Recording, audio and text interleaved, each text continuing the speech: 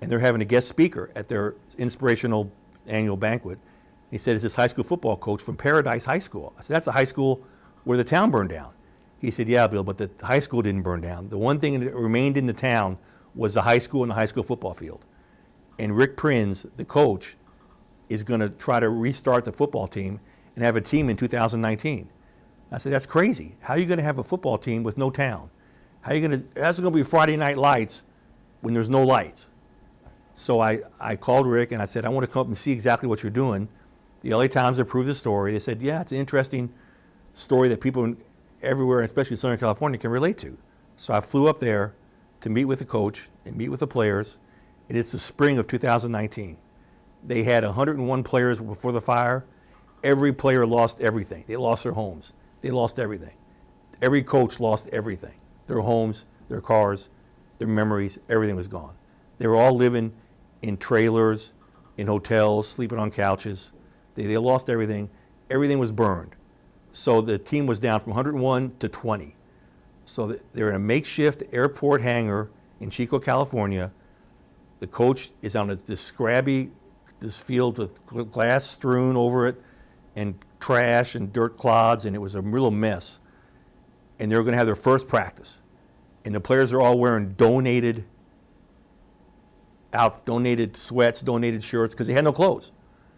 But by God, they're going to play football because that's what keeps it normal. That's what's going to bring this town back. So the coach says, okay, first practice, glad you're here. We're only 20 strong. We're going to do this. Let's practice. Then he paused and he said, wait a minute. Anybody have a football? They shook their heads. Nobody had a football. So this is a football team starting out. They didn't even have a football. All the equipment had burned. The minute he said, anybody have a football, I said, this is a book. This is something. This is a series. This is a book. I want to be part of this journey. So you've bought in at this point. Rick Prinz has bought in at this point. But now you have to get the buy-in of teenagers. You have to get the buy-in of a town. Did that come instantly? Yeah, the kids were really, they were all suffering. They were all shell-shocked. And they're all just kind of wandering around. And football was the only thing to them that made any sense. Right. They had no place to eat. A lot of their parents had moved away, and the kids moved back, and they were living with each other, living with brothers, living with relatives. So when they saw me there, it was like somebody thinks what we're doing is important. This is good. I can talk to this guy. I can connect with this guy because there's somebody here that hears us. Because the kids felt after the initial hullabaloo and everybody's giving them charity and feels sorry for them, that kind of died down, and they were basically, it turns out, 35 kids. 35 transient kids with no homes, with no possessions.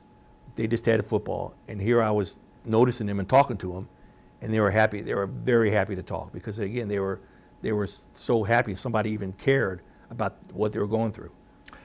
We've seen the photos, but when you went up there, I mean, this is a town that was reduced to 18,000 lost homes. It's basically reduced to smoldering. 28,000 to 2,000.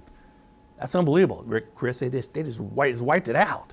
So when you get up there, what did you see? Like literally, what did you see when you went to Paradise for the first time? I drove for the first time. I drove up there with the coach. The coach, they were practicing down in Chico, 15 minutes away. Nobody was in the town. Nobody was even allowed to live there yet. So the coach took me up there, and it's just one main street of smoldering, burnt cars, vacant lots with just the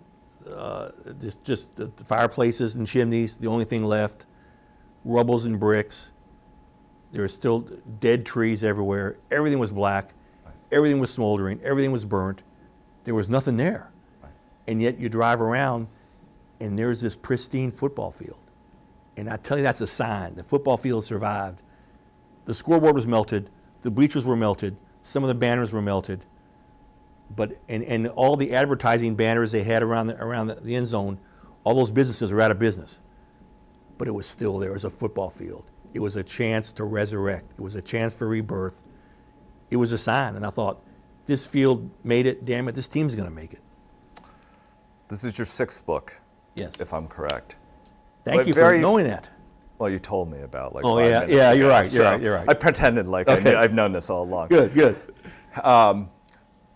your sixth book, but very different from your previous five. And I mean, just the emotional investment you make in a book like this. But can you just talk a little bit about like the difference between this particular book and your previous five books? Yeah, so I've done 5 books. 3 have been as told tos, where you're like a ghostwriter, so you're at their mercy. One was following Tommy Lasorda around for a year. That drove me crazy. Another one was a collection of my columns, and that was just putting my columns together. This was the first book I written where it was kind of all me. I had to create the scene. I had to drive the narrative. It was hard, Chris. It's the hardest thing I've ever done. And it was hard because it was dealing too, and several people at the LA Times told me, Paige St. John, another great writer for the LA Times, gave me this advice. She said, you're going to get so involved in it, it's going to wipe you out emotionally. You have to be careful. And she was right, because every day dealing with these stories from these kids, these escape stories, these survival stories, and then going down and seeing them play football. And my God, the way they played football, this is all in the book, with such an anger, Chris. It was unbelievable because they were so frustrated. Their lives were a mess. Nothing made sense. So they're out in the football field and they knocked the heck out of the other team. They beat the snot out of them. Every game, you could hear the hitting up in the stands. Every game, they were dragging off people from the other team. It was unbelievable. There was fights. There was a suspension. The coach admitted, Coach Prince admitted, he couldn't control it. The kids were going by their gut feeling that he couldn't stop their pain. He couldn't heal their hurt. He had to let them hit. And this part of the journey and part of the story is how they hit their way through this incredible season, just knocking the crap out of everybody. You don't know how a season's going to go. You walk in there, you're new to this team, you know. I mean, they could have gone 1-9, you know. They could have gone 3-7. But this was a team that week in and week out was, as you pointed out, beating the snot out of the opposition. How kind of the I was cheering for him. Are you kidding me? Cheering in the press box. I was cheering everywhere because once we knew it was going to be a book about midseason, right, they had to win. And then it got an option to do a movie. So then the movie executives flew up, and they're on the sidelines in the rain cheering for this team they never heard of. Do you go into this season thinking that how this team does week to week, what their record is, how they perform, how does that impact the book that you think you're going to create? You say you're rooting for them, but you still would have written a book if they had been 3-7 or 5-5. Well, but it wouldn't have been. They had to either be really good or really bad. Right. Mediocre wouldn't be a book. I don't know if it would have been a book. Honestly, I don't know if I'd have gone. 5-5 doesn't get you a book. There have to be a lot going on with 5-5, but. What got me the book when it's beyond my wildest dreams. So the first game, we had no idea how they were going to do. No idea what was going to happen. They gets up there on August 23rd. It's the first time anything's been in Paradise since the fire in November. 5,000 people show up from all over the region, all over the Sierra foothills. People coming from everywhere, crying, hugging. It was a reunion of the town because nobody lived there anymore. They all came back for the team. And they just walloped Williams. I think it was 44-0 or something. They just wiped them out. Right. And then afterward, the whole town came down to the field to celebrate.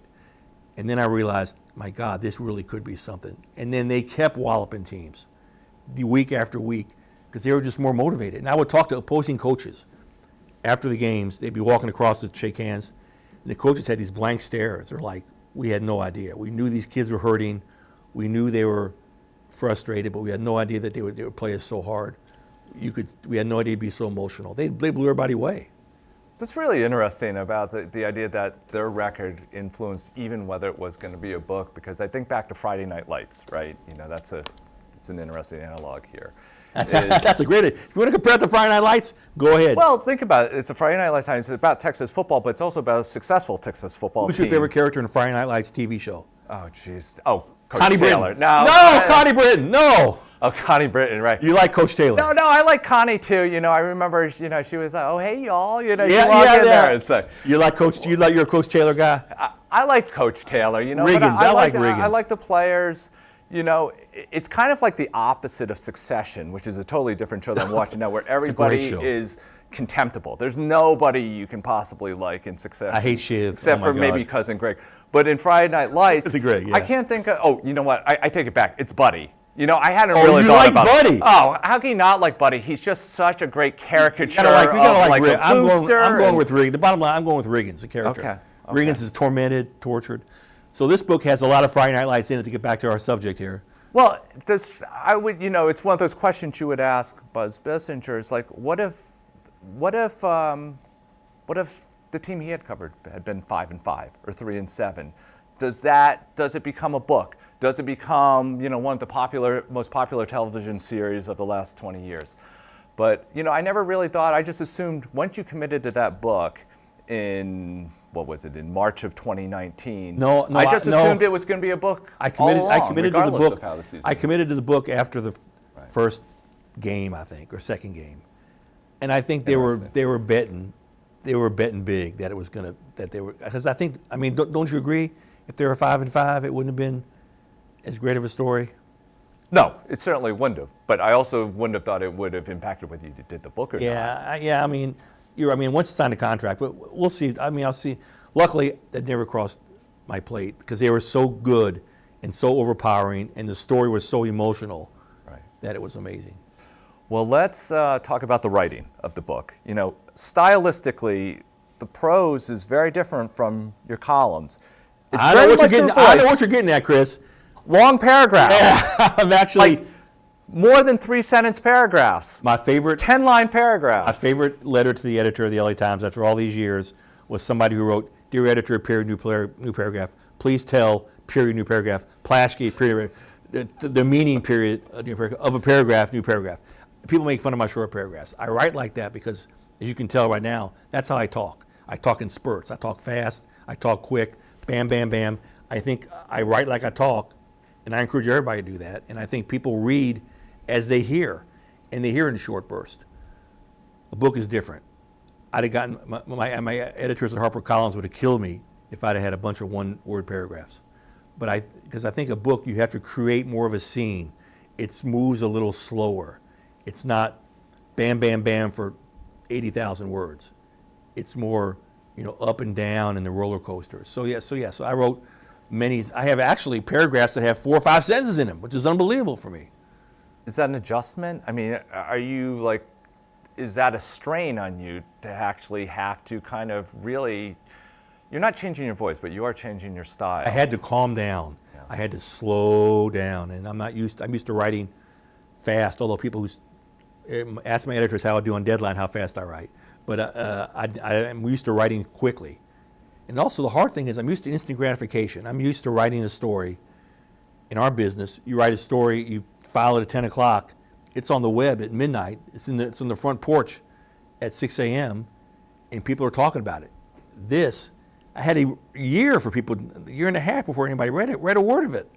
So it was really hard, so I had to slow everything down, and I had to search for more detail, more of the dialect, more the flow of the story.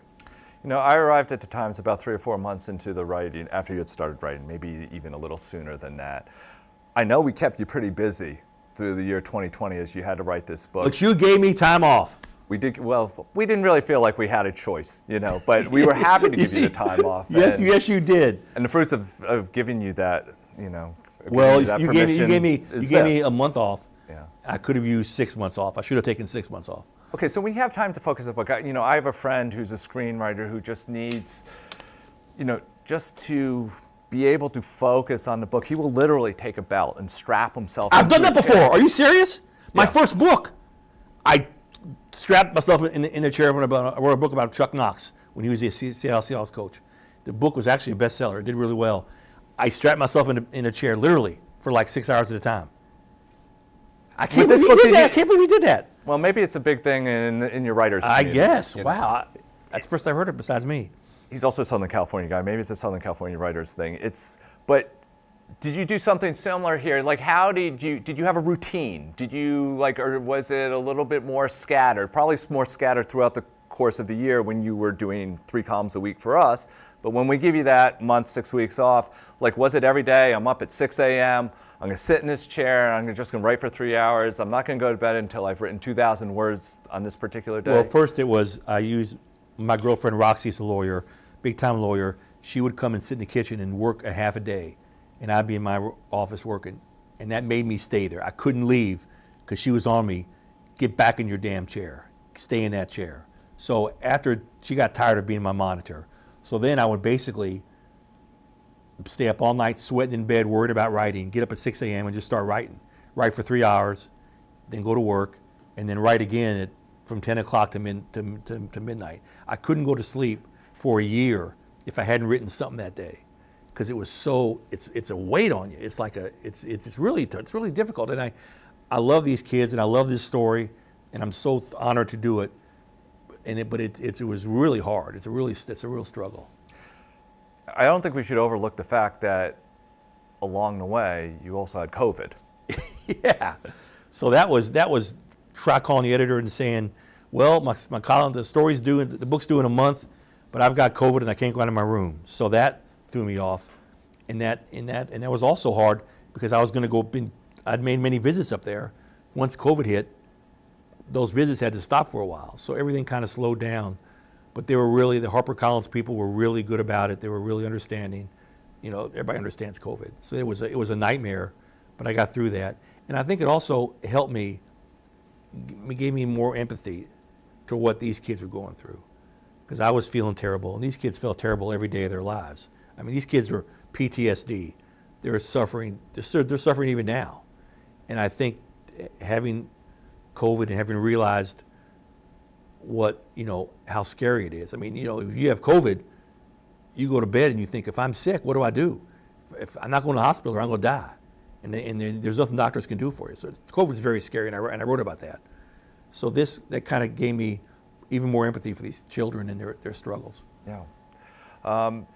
As far as the writing of the book, at the outset, do you have an outline of the book in mind? And I do want to say that I was struck by your choice of how to lead the book. I mean, it's just like any column, any story. It's like the lead is everything. Is everything. So the first 2 chapters are almost cinematic. It's a town that's burning to the ground and the harrowing escape of its citizens.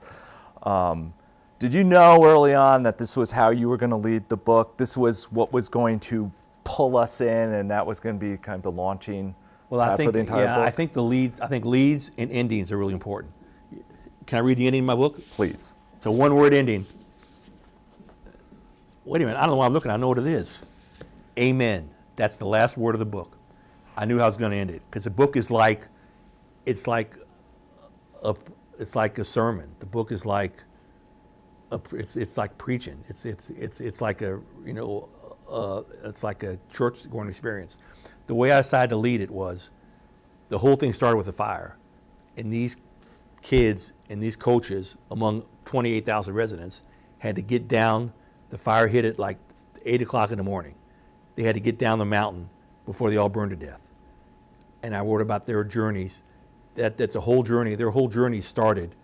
This whole book is about escaping a fire. Right. Well, this was the actual escape of the fire. In the book, I started with the coach, Rick Prinz. His truck ran out of gas. Right. He was pushing a 1950 truck that he promised his dad he would never leave behind. He pushed the truck down the hill through the flames.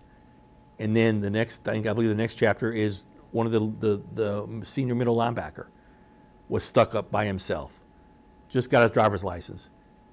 Had to maneuver his car down through the flames, got thrown out of his car, told his parents he was going to die, ended up getting back in his car. 6 hours later, got down through and you can go on YouTube now and see, there's all these videos still of people and what it's like trying to drive through this fire. So I figured the whole book's about an escape. They're escaping from this horrible tragedy to some kind of a resurrection, some kind of an illumination. And it started literally with the escape. Well, it really pulled me in right away. In fact, I believe this chapter 2. Excerpt, thank you. Which we excerpted in the Los Angeles Times. The chapter name was, "I Don't Want to Die, Dad, I'm Gonna Die." I might be slightly off there, but that's, I was really struck, because this is a kid. You have the coach, and that's a harrowing escape. But this is a teenager here, and I think what was especially poignant, if I remember correctly, is he's at the top of the hill, but he's with his dog, right? That's all he's got. Him and his dog. And they're stuck up there, and he didn't know how he was going to get out. And his dad tried to follow him. His dad got stuck. His dad says, "I'm not leaving without you." So his dad was several blocks away. They're both fire between them, both burning up. I mean, yeah, it was incredible. But so speaking of the chapters, I think it's a cool part of the book that I'm proud of. Besides the chapter titles, each chapter begins with a quote. From? John Milton's Paradise Lost, because I wanted to make the connection. From the lowest deep will once more lift us up in spite of fate. That's a chapter about the summer practice. My son Willie did that. He went through and found all the John Milton quotes and gave them to me. And, I just thought about this today, is like on top of it, I mean, there is a little bit of a correlation with Paradise Lost because it is a story a little bit about heaven and hell, isn't it? It's very much about hell, and and these kids. We certainly start with hell. And these kids go through that every day, and this is their journey out of it. And chapter 2 is about a young man named Spencer Kiefer. That's the guy that got the middle linebacker that got stuck up in the top of the mountain. Yeah, I want to talk a little bit about like the interview process with all of these athletes. You've interviewed tens of thousands, if not more, people over certainly your 25 years here as a columnist and your 33 years at the Times. But, in a sense, like the conversations you're having here are very raw. They're very emotional. And as you alluded to earlier, it's not something you can just kind of distance yourself from. It's not like I'm going to be the neutral journalist here and be devoid of emotion. And as these stories are being shared with you, as you're getting to experience it on some level, their pain and their loss as time goes on, do you ever have to pull yourself back in a way and just say, this is just too much, it's just too emotional, or are you just like, what, I got to plow myself in deeper? Well, it was hard to write like that. I mean, first off, the interview process, the whole important thing with these kids in anything is body language. So I got my tape recorder, but I didn't go like this, or I didn't pull out a notebook. I'd just kind of sidle up to them, just kind of sit down, and I'd show them the tape recorder, then I'd put it away, I'd put it to the side. So we just had a conversation, because they get freaked out if they think you're actually if they actually see you writing this stuff down. So you show it to them, say, I'm taping you, okay? All right, I'll put this over here, we'll just talk. And yes, it was hard. At the end, some of the part of the book I didn't want to write. I was at, and you'll see this in the book, they get to the championship game, and the Friday practice before the championship game, the kids are wiped out. They've hit the wall. There's a fight in practice. They're screwing around in practice. They're not paying attention. A couple kids are playing some stupid beanbag game in the corner. I mean, they turn their backs to the field. It's a mess. And I said to myself, this team is a mess. Going in the championship game, this team is completely, these kids are, again, two kids got into a fight on the bench, just pounding each other. Right. And I'm like, God, do I have to write this? And you had to write it because it was a story. And the coach, the only person that saw the manuscript before it went out was the coach. Right. Because the coach, I told him, this is part of the deal. You'll get to see it. I'm not going to change anything, but I want you to see it. Right. And he said, yeah, that was us. We were terrible. Not one word in the editing process, not one syllable was. Now, again, he didn't have the right to do it, but he didn't even try to change it. Right. Now you've been back up to Paradise in the last couple of months, yes. Or in the last month, I should say. The Today Show did a thing on the book. Correct. So, what kind of feedback have you gotten from the people of Paradise about your book? I imagine that everybody really likes it. I got one really interesting feedback from one of the coaches. He sent me a long text. I don't want to say who, because I respect his privacy. He said, "Man, I curse a lot, don't I?" And he says, "You had me cursing a lot in that book." And he goes, "I curse so much and I look so mean and tough that I'm reluctant to tell people to read the book." And then my daughter told me, "No, Daddy, it's fine. You are who you are." And I realized that you're right. And he thanked me for not exaggerating, he said there's no hyperbole in the book. Everything's exactly as it happened. It just hurt to read because it's so hard. And I've gotten that from several people. It just hurts. This is not something, it was a wonderful season, but they don't, everything around it, they don't really want to relive this. Right. It's hard for them to watch it. It's hard for them to see it. I can't imagine when the movie comes out what they're going to do. But it's, so yeah, the reaction's been good, but it's been real startling, my God, yes, that really happened. I can't believe that happened. How did Rick receive it, Rick Prince? Loved it. He loved every and I was surprised because I thought he would. I have him cursing. He doesn't really curse. I have, him, wilting under the pressure. I have him buckling. I have him considering another job, considering retirement. I mean, Rick Prinz was going to retire in 2018. They were headed for the championship. The fire happened. The season got canceled, and he came back just to lead the kids. So he was, the central character to this, up and down the whole way. He was fine with it. I think the people of Paradise are wonderful, is that they're really hard scrabble, salt of the earth folk that really understand who they are and celebrate who they are and are not ashamed or embarrassed, or they're proud, as they should be, right, that they're all survivors. And the kids, how have they received it? The kids have scattered. Right. Because there's only a few kids left on the team. None of the kids, for the record, none of the kids in this story, in this great season, went on to play college football. Someone went to junior college, some went to fireman's school, someone went to electrician school, they're learner trade. So they all kind of scattered. So Coach said he's heard from them and they all love it, but there's never any, life goes on up there. This is not a happily ever after story. Yeah. They scatter. A lot of the kids were just there to play football. Their parents had moved to Oregon or San Diego or Arizona, so they left. So, but they're all probably deep down wondering who's going to play them in the movie, right? Oh, everybody. That's all I hear. And they're going to do the casting, right? Rick Prinz wants Kevin Costner to play him in the movie, and that'd be great if they can get him. But we'll see. The script has been done, and it's good. I've read it, and it really captures it. So we'll see. They're looking for a director right now. Okay. So we're going to answer some reader questions a little bit later, and you still have time to send them in. But before we get to the reader questions, I want to leave some real time here to kind of talk about a very important individual in this book, and that's your mother. Mary Margaret Plaschke, who passed away the weekend before the publication of the book. And she was not only an essential figure in this book. This is a woman who, if I recall correctly, you spoke to every day. Every day. For 60 years. 60 years. For 60 years. Yes. And there is something that I do want to read because it was at the start of, it's the lead of the column that you wrote about her on Mother's Day in 2018. It reads, "She was my first reader, my first editor, even my first publisher. Her weary fingers tapping out my first words in a darkened basement in the middle of the night." I mean, this was your best friend we're talking about here, who was, from the start of your writing career, was there. And this book is dedicated to your mother. And I just thanks for asking. Yeah, my mom, when I started out as a writer, I would write on a little binder because I didn't know how to type.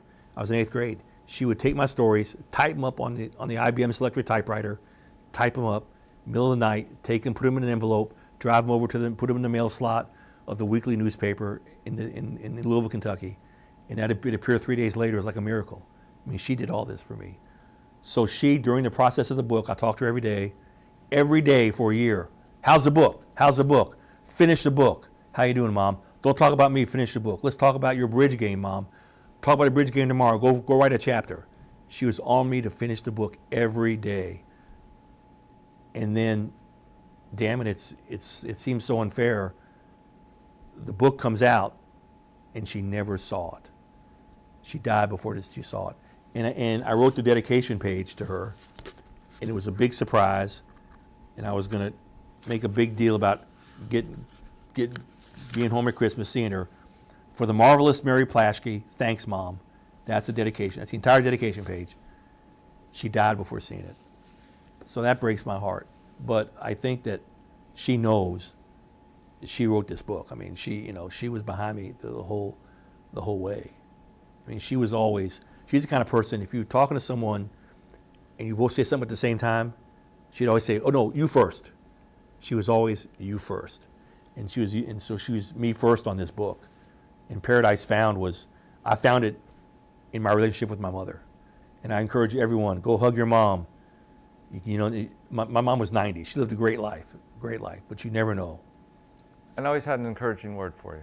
What would she say every time she would read a column of yours? She'd look over my shoulder, or she'd say, "Looking good, Billy." Everybody calls me Billy back home. Right. Looking good, Billy, and that was her motto for me. Even when I was looking bad, it was looking good. So this book is dedicated to her. It is her, and I just wish she had a chance she never saw it. And what would she say about your wardrobe tonight? What's the one lesson that she always Why told you bring this up, Chris? Why are you bringing this up? She would want me to wear a tie. I'm on an ESPN TV show, Around the Horn. That's like my second family. She wants me to wear a tie. She goes, "Billy, your neck looks fat. Wear a tie." But I figured we're casual tonight. And Mom, I'm losing weight. After your sudden death, thank you. I've lost a ton of weight, so my neck's not so fat. Thank you. It was a really harrowing month. I mean, the Dodgers were making a run in October. Oh my God, that was crazy. You were traveling back and forth. You made at least 3 plane trips in a very short period of time. It was a short but very intense postseason. Well, you're preparing for your book, right? You're doing the Today Show back up in Yeah. Paradise, and then the last week of October, you go home to Louisville to see your mother when she had gone into surgery. And yeah, it was a harrowing. have you been able to, Well, no, I'm still. And people say, "Well, she's 90. Be thankful," and I am. But when you have someone as alive as she was like she was 50. So it's like your best friend just boom. You call her 5 times a day. I'd call her on the way here. I'd call her on the way home. And I'm sure everybody goes through this. But it was harrowing in the month. And speaking of the Dodgers, if anybody wonders what happened to the Dodgers, I can tell through what happened to me covering the Dodgers.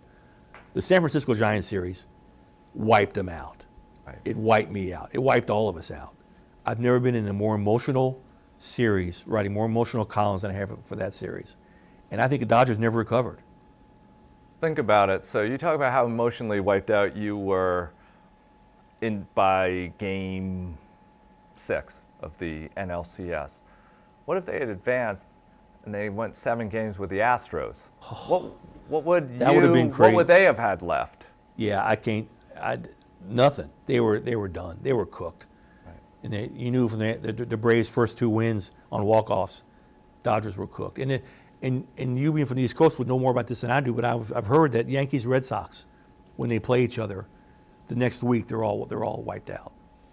It's been a while since since that rivalry, I think, has kind of exhausted people like it did probably in the 2003, 2004 kind of at the height of the rivalry. But we just had never seen this, right? We had never seen Giants Dodgers in this context. And if you're a Giants fan, I'll tell you right now, you lost, but you won because you lost the series, but you took the legs out of the Dodgers. You kneecapped them, and they were never the same.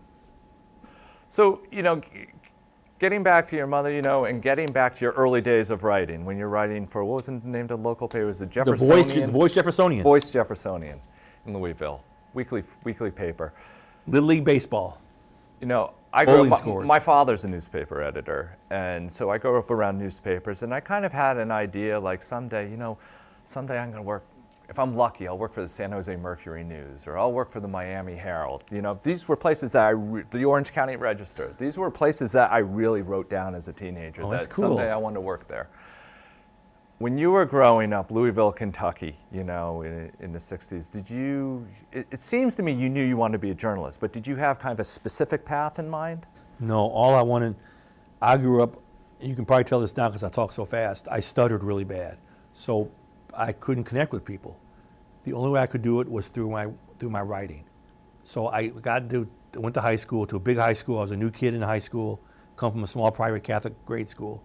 I didn't know anybody. I couldn't talk, but I knew I loved sports and I loved to write. So I combined those, and my first story was on a kid who sat at the end of the bench. Right. Earl Carter is his name, and people were chanting, "We won Earl." And it was my first story, and I wrote about him. I wrote about him because I was fascinated by the worst guy on the team. Everybody loves him. And this happens a lot in sports. I wrote about this, walking through the halls. When the story appeared in the school paper, people were like, "Hey, Plaschke, that's a good story. You made me laugh. You made me think. You made me cry. You made me, you made me feel something." And I realized, wow, what incredible gifts. So that's all I ever wanted to do was touch people, Chris. And I didn't care how it was. I didn't care where it was. I never dreamed I'd be in LA Times. Are you kidding me? Writing a book? Are you out of your mind? There's no way. I never dreamed of that, ever. Did you have a place in mind? The Louisville Courier Journal, the Lexington Herald Leader, the Cincinnati. I'm just thinking The Voice Jeffersonian hired me. I sent all my stuff to the Louisville Courier Journal in high school and never got a return thing. My junior year at SIU Edwardsville, a school I went to because we were out of money, and it was the nearest school to where my parents had lived at the time. Carbondale, Illinois, right? Edwardsville, Illinois. I went to the extension school, brother. Okay. Lived in a church basement next to an oil refinery. I applied for 50 internships my junior year. I got one response. I applied for 50 internships my senior year. I got no response. I was going to work with my dad in his printing plant. I mean, that was my life. And then I come home one day, it's in February, and it's snowing, and my roommates come out onto the balcony, and they yelled at me as I getting out of the bus, Bill, somebody called. I said, somebody called? Somebody called? Who called? Well, they were stoned. They were drug dealers. So they're like, we don't know. I said, you don't know? So I ran upstairs, and on the back of a Cocoa Puffs box, they wrote St. Petersburg Times. How perfect is that? That's so perfect. Not that they just wrote on a cereal box, but they wrote it on a Cocoa Puffs cereal Well, that's box. because they were stoned. Right. Yeah. And so I called St. Pete, and they said, yeah, we'd like you to come to intern for us. I said, you actually want me? Somebody wants me? Nobody wanted. And so I left, I skipped, and I apologize to my mother and father to this day, to their memory. I skipped graduation to start my internship at the St. Pete Times. I will say, Bill, though, for all those rejections or non-responses you get, that's a heck of an internship to get. I know, it's amazing. I would have killed for an internship from the St. Petersburg It was Times. like the greatest Great one in the country. newspaper. Greatest one in the country. I'm like, well, how the hell did you find me? Why is it not they're the only one. They're the only one. So I tell people, all it takes is one. It takes one yes. Because we are the Los Angeles Times, like at what point did you decide you wanted to work for the Los Angeles Times? Like what was the first time you said, you know what, that would be a great place to work, or you know what, that's in play? I was covering baseball in Seattle, and then I moved and I was doing national stories, doing features in Seattle. And felt like I was trapped. It was a small market. I want to get to a big market. And a buddy of mine, Gene Wojciechowski, and John Sherva invited me down to lunch here. And I'd never even dreamed of the LA Times. So I get to the LA Times, and when I was hired, I wasn't even hired in the front door. I came in the back door through the trash bin. And I started in San Diego. We had a San Diego County edition. It's not trash bin, it's a wonderful place. But it was a very distant, 60,000 circulation, kind of a bureau. I covered the San Diego Padres for the LA Times. That's how I started my LA Times career. And then the Dodger beat comes open. And they go through the whole staff who wants to cover the Dodgers. But they're really hard to cover because Tommy Lasorda's tough, Kirk Gibson's tough, Eddie Murray's tough, they're all tough to deal with. They went through 3 people, turned them all down. I was their fourth choice. I said, I'll do it. I'm used to being the 4th choice. Just give me, and my first 8 leads. So I come up to the LA office, cover the Dodgers, biggest beat of the paper on the sports section. My first 8 leads were rewritten. 8 straight rewritten leads. And a guy called me from the office, one of the clerks, and said, Bill, there's blood all over the floor. Your blood is everywhere. It's a bloodbath here. They're killing you. But I learned and I got better. Let's go, early when you came to San Diego, how long did it take before Bill Dwyer returned one of your phone calls? I love Bill Dwyer. I love me some Bill Dwyer. That's all I'll say. But it was hard. They would come down. The LA crew would come down to cover a Raiders Charger game. Right. And we're doing sidebars. They're like, who are you? Right. We work with you. They didn't even know we worked with it. Well, you came out to LA, I believe, right after the '88 World Series, if I remember correctly, yeah, right? I covered the '88 World Series as a sidebar guy. Right. So 33 years in LA, 25 as a columnist. What was your most memorable interview? The one that people say, you've met all these famous people. What's the one you always remember the most? It's all the time. I got to say it. It sounds maudlin, but all the times I had with Kobe, walking with Kobe to his car. I've told the story a million times. Kobe had no friends. He was such an assassin, both on and off the court. He had no business associates, had no buddies waiting for him. Other players had groups of people that walked with him to their cars. He'd walk alone. He was alone every night. So I walked with him. and we talk about his life and his wife and his family and his parents. Those conversations were just priceless. I mean, I'll never cover anybody like Kobe ever again. Is there a moment that stands above all the rest? Yeah, and I think the moment people talk about this moment changed LA sports. Game 7, 2000, Western Conference Finals, Portland Trail Blazers, Lakers down by 15. They come back and win the Game 7. Go on to beat the Indiana in the first of the Shaq Kobe era 3 championships. That Game 7 was incredible. Staples Center came alive, and I'll never forget. It shows how writers, different viewpoints. I'm sitting there. Jay Adonde, our young columnist, Sure. is on my right. Mark Heisler, our senior columnist, is on my left.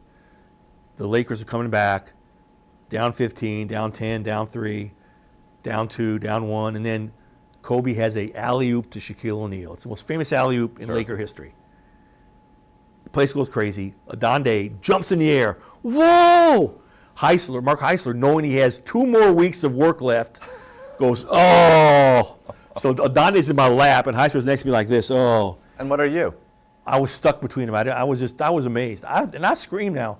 There's no cheer in the press box, but when Kobe had his 60-point retirement game, I was screaming. I'm like, what? What? Are you kidding me? So, I mean, you can scream in the press box. You just can't cheer. Except if the Paradise Bobcats are playing and your book is on the line and you got a movie executives standing next to you huddled up in the rain. Yes. Go Bobcats. Well, they say that 2000 rule says, you'd be 2000 NBA Finals, you'd be looking at your watch and saying, oh my God, first deadline's in 2 minutes. And you'd be screaming at the gods and all your editors, inclling me. Well, that's This is your opportunity to make a public plea for those old deadlines. Yeah, Bill. those old deadlines are great. They allowed us to do things. Our deadlines are make it really tough, and it's really tough on a reader because they don't get everything they should get. But we do our best, and the website has all those full stories. I feel like I'm actually pulling a lot of these questions because I'm going to ask you about the Chris Taylor deadline.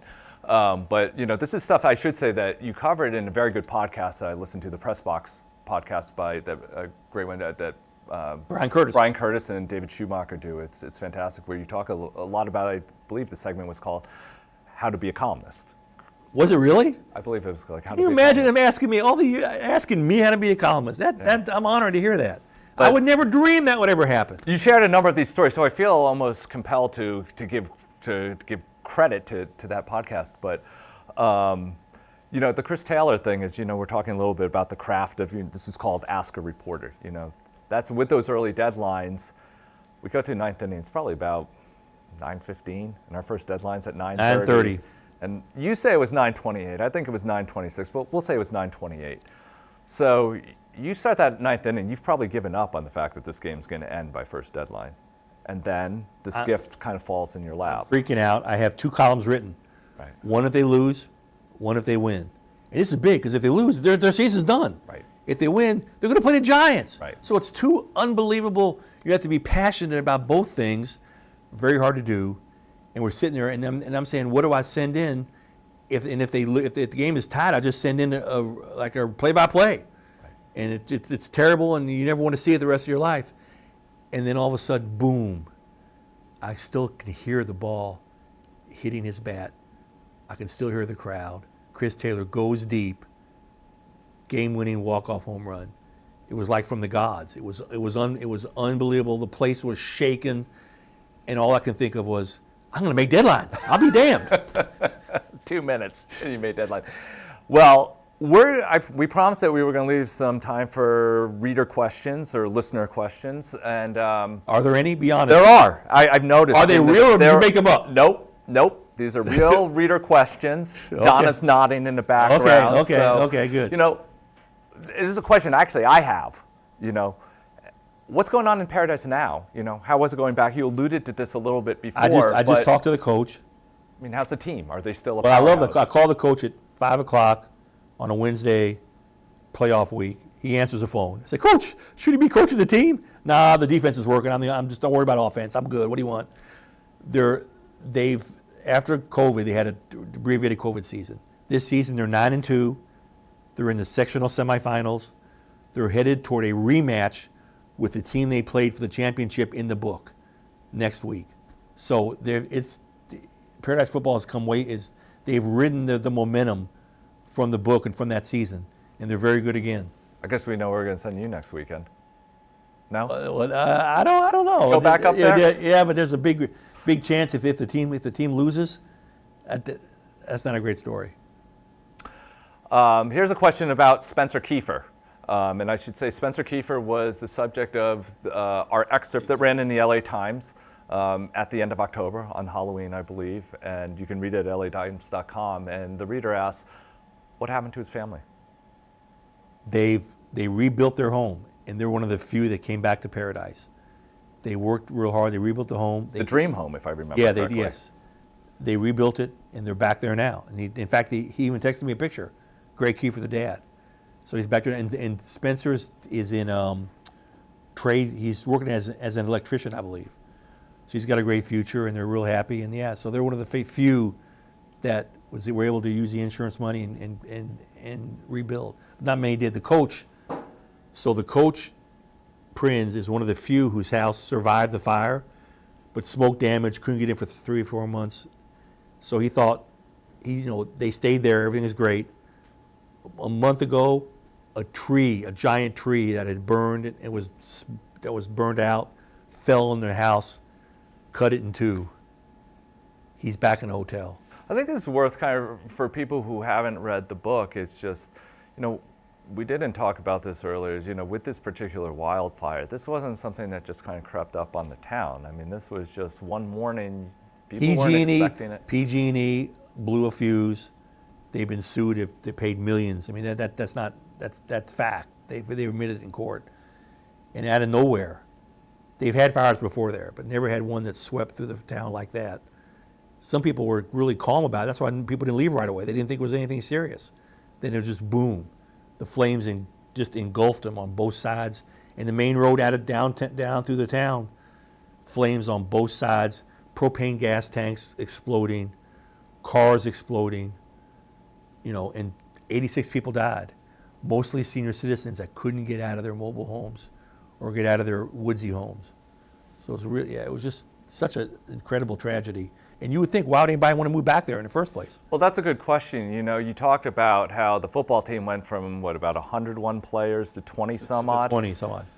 So that's a number of people who just decided right away they weren't coming back or they couldn't come back. Yeah. But subsequent to the season, I mean, were there people that you covered that season who just decided between then and now, between 2019 and now, that, it was time to leave? Yeah, there's kids that came back just to play football. Right. And they took off. There's kids that have just disappeared. I mean, there's an instability there in their lives that's still there. And coaches talked about it. It's the season's as hard as it ever was. But he's a great coach, and he's getting it out of them. And bless them. If they get to the state championship, I'm going to that game. Okay. What was the hardest part of telling this story? The single hardest part. The hardest was to tell it completely. There's so many facets to it, and so many angles to it. I didn't want to leave. I wanted to honor the kids in their struggles, and not get too maudlin and not get too preachy, but try to honor them. So I just listened to them. And some of the book is just coaches giving speeches. Their speeches are unbelievable. I mean, the speeches, I would cry. Andy Hopper gave a speech before one game where he talked about going up to the ashes of his home, digging through the ashes, and he found his championship ring from a previous sectional championship in the ashes. Held up for everybody. He'll hold up a burnt ring for everybody to see. The kids are crying. So trying to do that justice was the hardest part. And our last question from the audience is... it's not our last reader. Not our last reader. Okay. Last question from the audience is, what lessons can non-sports people take away from the book and the Paradise Bobcats? I think the lesson is, it's so cliche, but you just take one step forward at a time. You keep moving. Because if you stay put in your life, you will sink and you will drown and you will die. And the flames of your life will engulf you. If you don't move, the heat and the pressure of your life will get you. These kids ran through the flames, drove through the fire, then kept going through the fires in their life, never slowing down. never stopping. It was hard for them to get up in the morning. It was hard for them to find a place to sleep at night. Yet they kept doing it. All right, you're gonna hold it up now. Well, I'm going to let you finish first. Yeah. Anyway, it's hard. It's hard to keep. You have to keep moving. You have to keep. If you stay put, you will burn, and that's the lesson of the book. It's a wonderful book. And Bill, thanks so much for joining us, I should say. And I'm going to just openly promote the book right now. It's Paradise Found, a high school football team's rise from the ashes. Beautiful cover. Thank you. From Bill Plaschke here. Go out and buy it. Look out for news about the movie. Yeah. And read the Los Angeles Times, because Bill is, this is in some ways the perfect book for Bill, because, Bill's ability to kind of elicit humanity in its kind of most honest form is one of his great trademarks. Well, thanks, and you're allowing me to write the book and giving me the time and the and the support. You're great, Chris. Thank you, Chris, and thanks to the LA Times. I couldn't have done it without him. Okay.